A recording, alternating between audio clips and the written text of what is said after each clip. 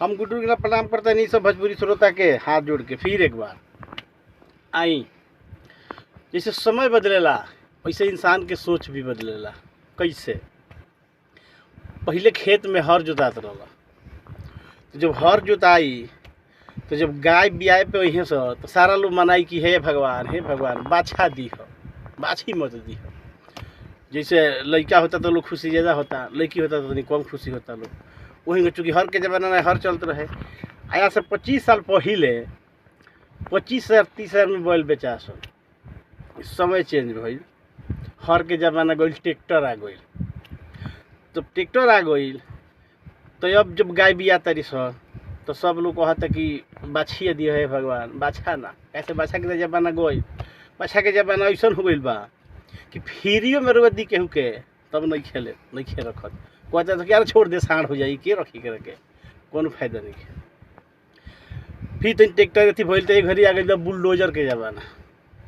जे ने देखी बुलडोजर चलता, कहीं हेने चलता तो कहीं हेने चलता तो कहीं होने चलता। बुलडोजर पूरा रेल बनैले बा, रेल के चलता। वही पे गाना बा कैसे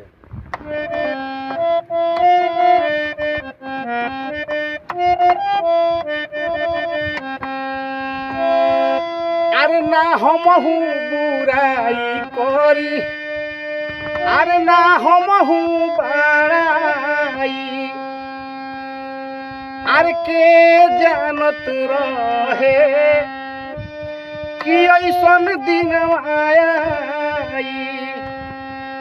ना हमहू बुराई करी, ना हमहू बड़ाई, अरे के जानत रहे कि ऐसन दिन आई। अरे एगो ढहे के काम करे, अरे एगो करे खुदाई। एगो ढहे के काम करे, अरे एगो करे खुदाई। अरे बुलडोजर देवर हो गइल बा जेसीबी भौजाई, अरे जेसीबी भौजाई। बुलडोजर देवर हो गइल बा जेसीबी भौजाई, अरे जेसीबी भौजाई। कैसे? जे अपना के लगावत रहे चल गइल बिली में। अरे तो जे अपना के लगावत रहे चल गइल बिली में।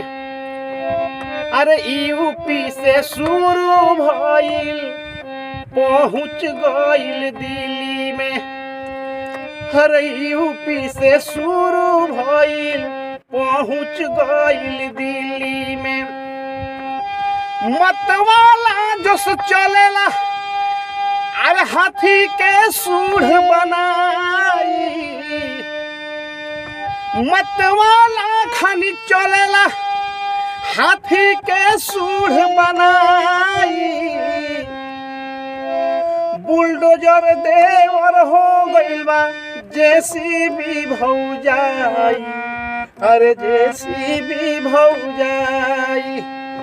बुलडोजर देवर हो गइल बा जेसीबी भौजाई, अरे जेसीबी भौजाई। प्रणाम करते सब भाई लोग के। अच्छा लगी तो शेयर कमेंट लाइक जरूर करें लोग। जय श्री राम।